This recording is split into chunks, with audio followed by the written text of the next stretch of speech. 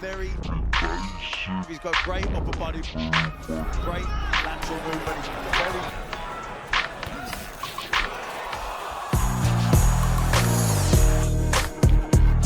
You can't even land. You can't match them. It's very demoralising. Well, Whittaker is going to get told off for that. Still unstolen.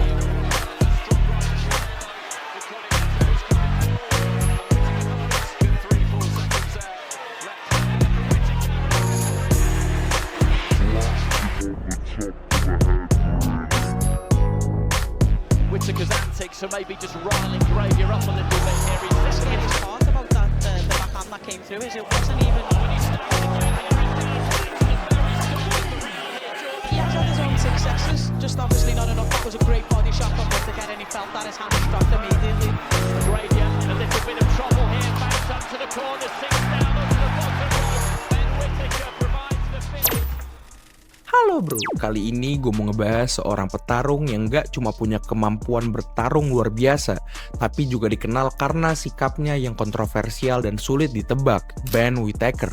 Seorang petarung muda yang dianggap sebagai salah satu yang paling berbakat di dunia tinju saat ini. Di dunia tinju yang keras dan penuh gengsi, menjadi kuat saja tak cukup. Diperlukan karisma, keunikan, bahkan kadang sikap menyebalkan untuk benar-benar dikenal. Di tengah gelombang petinju Inggris yang tampil disiplin dan sopan, muncullah sosok flamboyan yang mencuri perhatian dunia, yaitu Ben Whittaker. Bukan hanya karena ia sulit dipukul dan punya refleks luar biasa, tapi karena sikapnya yang sering dianggap angkuh. Whittaker adalah cerminan dari seorang seniman di ring dan penantang sistem di luar ring. Lahir pada 6 Juni 1997 di West Bromwich, Ben Whittaker besar dalam suasana keras khas wilayah industri Inggris. Sejak kecil ia sudah mengenal dunia olahraga tarung. Sang ayah memperkenalkannya pada tinju sebagai bentuk disiplin dan pelampiasan energi. Whittaker muda memiliki kecenderungan yang tak biasa. Ia menyukai gerakan yang berseni bukan sekedar kekuatan. Ini menjadi dasar dari gaya bertinjunya yang kelak mengubah citra dirinya di mata publik. Whittaker mencuat ke permukaan dunia saat meraih medali perak di Olimpiade Tokyo tahun 2020. Tapi alih-alih bangga, ia malah menunjukkan kekecewaan karena gagal merebut emas. Ia menolak mengalungkan medali dan berkata, "Saya bukan datang untuk perak." Sikap ini menuai kritik, tapi juga pujian karena menunjukkan mental juara yang langka. Dari sinilah julukan petinju arogan mulai melekat. Setelah meninggalkan Olimpiade Tokyo dengan medali perak dan sikap penuh gengsi, Ben Whittaker langsung menjadi rebutan berbagai promotor. Banyak yang melihat potensi besar bukan hanya dalam teknik tinjunya, tetapi juga dalam daya tarik komersialnya. Ia tampak seperti bintang sejak hari pertama. Pada akhirnya, ia menandatangani kontrak profesionalnya dengan Boxer dan Sky Sports pada awal tahun 2022, menandai dimulainya era baru dalam karirnya. Dari atlet nasional menjadi entertainer global, debut profesionalnya terjadi di Juli 2022. Di bawah sorotan lampu megah dan ekspektasi tinggi, Whittaker tidak datang seperti debutan biasa. Ia memasuki arena dengan kostum mencolok, iringan musik funky, dan aura percaya diri yang hampir menyentuh arogansi. Begitu bel berbunyi, semua mata langsung terpaku padanya, karena ia tidak bertarung seperti petinju pada umumnya. Dengan gaya tangan di bawah, kepala santai, dan gaya kaki seperti penari balet yang sedang bermain-main, Whittaker mempermalukan lawannya seperti boneka latihan. Ia menghindari pukulan dengan gerakan kecil yang efisien, sambil kadang tersenyum atau melirik ke arah kamera, atau bahkan menoleh ke penonton beberapa kali. Ia mendaratkan kombinasi jab hook yang begitu cepat dan presisi, lalu mundur tanpa pernah kehilangan ritme. Penonton bersorak, sebagian kagum, sebagian mencibir, tapi tidak ada yang bisa memalingkan matanya. "Saya tidak hanya ingin menang," katanya dalam sebuah wawancara setelah laga. "Saya ingin membuat orang ingat bahwa mereka baru saja menonton seseorang yang berbeda, dan inilah seni." Dan memang bagi Whittaker, tinju bukan hanya olahraga, melainkan panggung. Setiap pertunjukannya adalah pertunjukan. Ia mulai dikenal dengan gerakan signaturenya, menari di tengah ring saat sedang unggul, menggoda lawan dengan ekspresi wajah, dan seringkali meletakkan kedua tangan di belakang punggung untuk mengundang serangan, lalu menghindarinya seolah hal itu adalah sepele.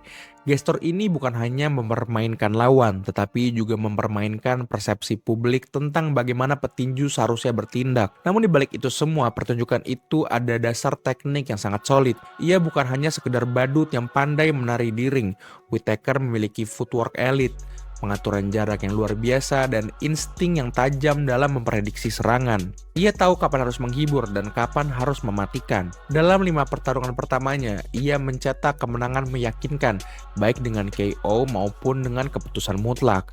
Lawan-lawannya tampak frustasi, bukan hanya karena kalah, tapi karena merasa seperti sedang dijadikan bahan lelucon di depan ribuan orang. Tak butuh waktu lama bagi media Inggris menjulukinya sebagai The Showman.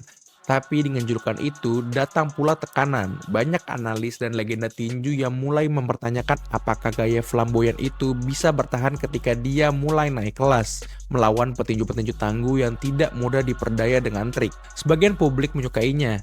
Mereka menyebutnya sebagai pewaris semangat Prince Naseem Hamed, ikon tinju Inggris dari dekade lalu yang juga flamboyan, eksplosif, dan brilian. Tapi ada pula yang menyebutnya clown with gloves, badut dengan sarung tinju.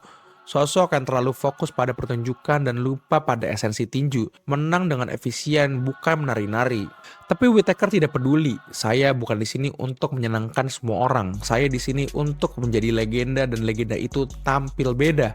Dalam 1 dekade terakhir, mungkin belum pernah ada petinju Inggris yang begitu cepat menciptakan pesona besar. Hanya dalam waktu 1 tahun, Ben Whittaker telah mengubah dirinya dari mantan atlet Olimpiade menjadi ikon tinju generasi baru. Seseorang yang membuat tinju tidak lagi hanya tentang siapa yang menang, tetapi juga tentang bagaimana cara dia menang. Dan disitulah awal dari transformasi paling teatrikal di ring, sebuah era baru di mana showmanship bertemu dengan teknik tinggi. Dan di tengah-tengah berdiri Ben Whittaker, seorang seniman penantang dan mungkin seorang antagonis yang dibutuhkan oleh dunia tinju. Setelah debut profesionalnya pada 30 Juli tahun 2022, Ben Whittaker langsung mencuri perhatian dengan kemenangan KO di ronde kedua atas Greg O'Neill di Bournemouth International Center. Dengan tinggi badan 191 cm dan jangkauan 75 inci, Whittaker memanfaatkan keunggulan fisiknya untuk mengontrol jarak dan tempo pertarungan. Pertarungan keduanya melawan Peter Nosik pada 20 Agustus tahun 2022 di Jeddah Superdome Arab Saudi berakhir dengan kemenangan angka mutlak. Setelah 6 ronde, Whittaker menunjukkan kemampuan teknisnya dengan kombinasi pukulan yang presisi dan footwork yang lincah. Pada 6 Mei tahun 2023, Whittaker menghadapi Jordan Grant di Resort World Arena Birmingham. Ia berhasil meraih kemenangan TKO di ronde ketiga, memperlihatkan peringatan kekuatan pukulan dan agresivitas dalam menyerang. Laga berikutnya melawan Vladimir Beluchki pada 1 Juli tahun 2023 di Manchester Arena menjadi ujian ketahanan bagi Whittaker. Meski menghadapi perlawanan sengit, ia berhasil mengakhiri pertarungan dengan TKO di ronde ke-8, menunjukkan stamina dan determinasi yang kuat. Lalu pada 10 Desember tahun 2023, Whittaker melawan Stephen Drechach di Bournemouth International Center. Dengan strategi yang matang, ia meraih kemenangan KO di ronde keempat, menegaskan dominasinya di divisi light heavyweight. Memasuki tahun 2024, Whittaker menghadapi Khalid Graidia pada 3 Februari di OVO Arena, London. Pertarungan ini menjadi sorotan karena gaya bertanding Whittaker yang flamboyan dan penuh percaya diri. Ia meraih kemenangan TKO di ronde kelima, namun mendapatkan kritik dari pelatih Peter Fury yang menyoroti kelemahan dalam pertahanannya. Pada 31 Maret 2024, Whittaker menghadapi Leon Willings di O2 Arena, London. Meskipun menghadapi lawan yang tangguh, ia berhasil meraih kemenangan angka mutlak setelah 8 ronde. Pertarungan ini menunjukkan kemampuan Whittaker dalam mengatur strategi dan menjaga konsistensi sepanjang laga. Pertarungan lainnya melawan Ewo Ritz Ezra pada 15 Juni tahun 2024 di Selhurst Park, London, menjadi momen penting dalam karir Whittaker. Ia berhasil meraih kemenangan angka mutlak setelah 10 ronde dan merebut gelar IBF International Light Heavyweight meskipun tidak berhasil meraih KO. Whittaker menunjukkan kedewasaan dalam bertarung dan kemampuan untuk menghadapi lawan yang tangguh dengan rekor 8-0 dan 6 kemenangan KO. Whittaker dijuluki The Surgeon karena presisi dan kontrolnya di atas ring. Namun beberapa analis mulai mempertanyakan apakah gaya bertarungnya yang penuh gaya dan showboating akan efektif saat menghadapi lawan di level dunia. Pelatih Peter Fury menekankan pentingnya perbaikan pertahanan dan mengurangi kebiasaan menarik diri dengan tangan di bawah yang bisa beresiko saat menghadapi lawan dengan kualitas tinggi. Dominasi awal Whittaker di dunia profesional menunjukkan potensi besar untuk menjadi juara dunia. Namun tantangan sesungguhnya akan datang saat ia menghadapi lawan dengan pengalaman dan kualitas tinggi. Pertanyaan yang muncul adalah apakah Whittaker dapat menyesuaikan gaya bertarung dan memperbaiki kelemahan yang ada untuk mencapai puncak dunia tinju. Pada Oktober tahun 2024, karir Ben Whittaker yang saat itu tak ternoda dan penuh percaya diri mengalami momen ganjil yang mematahkan ritme kemenangannya. Lawan yang ia hadapi bukanlah bintang muda atau pemegang sabuk bergengsi, melainkan Liam Cameron, mantan juara kelas menengah Inggris yang baru kembali dari masa skorsing 4 tahun akibat pelanggaran doping. Secara teori, ini seharusnya menjadi ajang demonstrasi dominasi Whittaker. Cameron sudah berusia 33 tahun, berkarat karena lama tak bertanding dan hampir terlupakan dari landscape tinju Inggris. Tapi prediksi tinggal prediksi, begitu bel ronde pertama berbunyi, kenyataan berbicara lain. Cameron tampil dengan pendekatan agresif dan penuh determinasi. Ia menekan Whittaker tanpa henti, tidak gentar pada reputasi sang showman. Ia tahu cara terbaik menghadapi gaya flamboyan Whittaker, mematikan ruang, paksa clinch, dan jangan beri waktu untuk bergaya. Dalam ronde keempat, momen aneh terjadi. Sebuah clinch keras di sudut ring membuat keduanya kehilangan keseimbangan dan jatuh keluar ring secara bersamaan. Kebingungan menyelimuti arena. Tim medis naik ring. Whittaker mengalami cedera ringan pada bahu kanannya karena benturan di lantai luar. Setelah diskusi dengan komisi, pertarungan dinyatakan no contest. Tak ada pemenang, tak ada skor, hanya kekacauan, pertanyaan, dan tanda tanya besar. Meski bukan kekalahan, ini adalah pertama kalinya publik melihat Ben Whittaker tidak mengendalikan skenario. Biasanya ia menari-nari di atas ring, membuat lawan tampak bodoh. Tapi malam itu ia terlihat biasa saja, bahkan ceroboh. Media langsung menyorot satu hal, apakah gaya bertarung Whittaker, tangan di bawah, sering tertawa, ejekan berlebihan, mulai berbalik arah menjadi kelemahan. Banyak yang meragukan ketangguhan mentalnya dan mempertanyakan apakah ia lebih mencintai panggung dibanding pertarungan itu sendiri. Tapi Whittaker tak menjawab dengan komentar sidis atau gimmick kamera. Ia menjawab dengan tantangan ulang, rematch, dan bukan di tempat netral, tapi di markasnya sendiri di Birmingham. Rematch itu digelar pada 20 April tahun 2025 di Utilita Arena Birmingham. Suasananya seperti film, lampu, kamera, ribuan penonton, semuanya menanti kebangkitan atau kehancuran. Whittaker tampil dengan aura percaya diri yang hampir arogan, menyatakan bahwa malam itu ia akan mengakhiri karir Liam Cameron. Dan kali ini ia menepati ucapannya. Dari bel pembuka, Whittaker langsung tampil agresif namun terkendali. Tak banyak gestur teatrikal, tak banyak senyum mengejek. Ia hanya melangkah maju, memotong ring, menekan Cameron sejak detik pertama. Seolah kekacauan pada laga pertama mereka yang berakhir imbang akibat insiden jatuh dari ring menjadi pelajaran yang sangat mahal. Ronde pertama menjadi panggung dominasi. Whittaker melepaskan jab cepat dan akurat, mengatur ritme dan menghukum setiap celah dengan kombinasi hook dan straight yang terukur. Cameron mencoba bertahan, tapi tekanan terlalu intens, dan di ronde kedua segalanya berakhir cepat. Setelah menjebak Cameron ke pojok, Whittaker melancarkan kombinasi brutal hook kanan ke tubuh, uppercut kiri ke dagu, lalu straight kanan telak yang memaksa wasit menghentikan pertarungan. TKO, kemenangan paling meyakinkan dalam karir profesional Ben Whittaker. Utilita Arena meledak. Tapi yang menarik bukan hanya kemenangan itu, melainkan ekspresi Whittaker.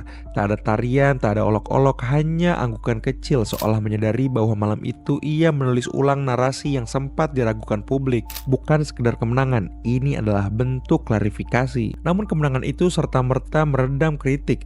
Justru sebaliknya, kemenangan cepat tersebut membuka pintu pertanyaan baru. Apakah Whittaker bisa mempertahankan performa itu melawan petinju-petinju elit lainnya? Atau apakah ini hanya respon emosional atas satu insiden? Kemenangan atas Cameron adalah pernyataan, tapi dunia tinju selalu menuntut lebih dari satu malam. Whittaker sendiri dalam wawancara pasca pertandingan berkata singkat, "Saya tidak kembali hanya untuk menang, saya kembali untuk berubah." Kalimat itu membuka babak baru dalam karirnya, fase introspeksi, bukan sekedar ekspresi. Seorang pria flamboyan mulai menunjukkan tanda-tanda pergeseran. Meski menang, kritik tetap datang, dari meja panel talk sport hingga kolom boxing sosial. Pertanyaan yang diajukan tetap tajam, apakah Whittaker benar-benar berkembang atau hanya beruntung melawan lawan yang secara teknis sudah ia kuasai? Whittaker tampak seperti aktor utama dalam pertunjukan yang ia tulis sendiri, tulis seorang analis. Kali ini ia berhasil mengendalikan seluruh naskahnya. Tapi bagaimana jika skenarionya tak sesuai harapan? Gaya bertarungnya yang rendah tangan, tinggi ego, dan tampil ala showman masih jadi bahan perdebatan. Namun malam itu, ia membuktikan bahwa di balik semua gaya ada kekuatan nyata. Meskipun menang, Whittaker tidak kembali menjadi pribadi yang sama seperti sebelum insiden jatuh dari ring. Akun media sosialnya berubah, tidak ada lagi video slow motion dengan senyum sinis, yang muncul adalah foto-foto latihan, wajah serius dan caption yang pendek. Menang bukan akhir, tapi awal dari pertanyaan baru. Anthony Joshua dan Carl Froch memberikan dukungan terbuka. Froch berkata, semua orang hebat harus melewati malam gelap. Yang penting bukan malam itu, tapi apa yang kau lakukan setelahnya. Bagi Whittaker, malam itu bukan sekedar pembalasan, tapi momen redefinisi. Kini dengan rekor 10 kemenangan, 0 kekalahan, dan 1 hasil imbang, Whittaker berdiri sebagai prospek elit Inggris yang mulai masuk babak kematangan. Rumor pun bermunculan, trilogi melawan Cameron, pindah ke Amerika Serikat, berganti pelatih. Tapi satu hal yang jelas, ujian berikutnya bukan hanya soal menang atau kalah. Ini soal membuktikan bahwa di balik sorotan ada fondasi teknik dan karakter sejati. Ben Whittaker memang arogan, ia memang penuh gaya, tapi di Birmingham ia membuktikan bahwa di balik semua lapisan ego ada petinju sungguhan.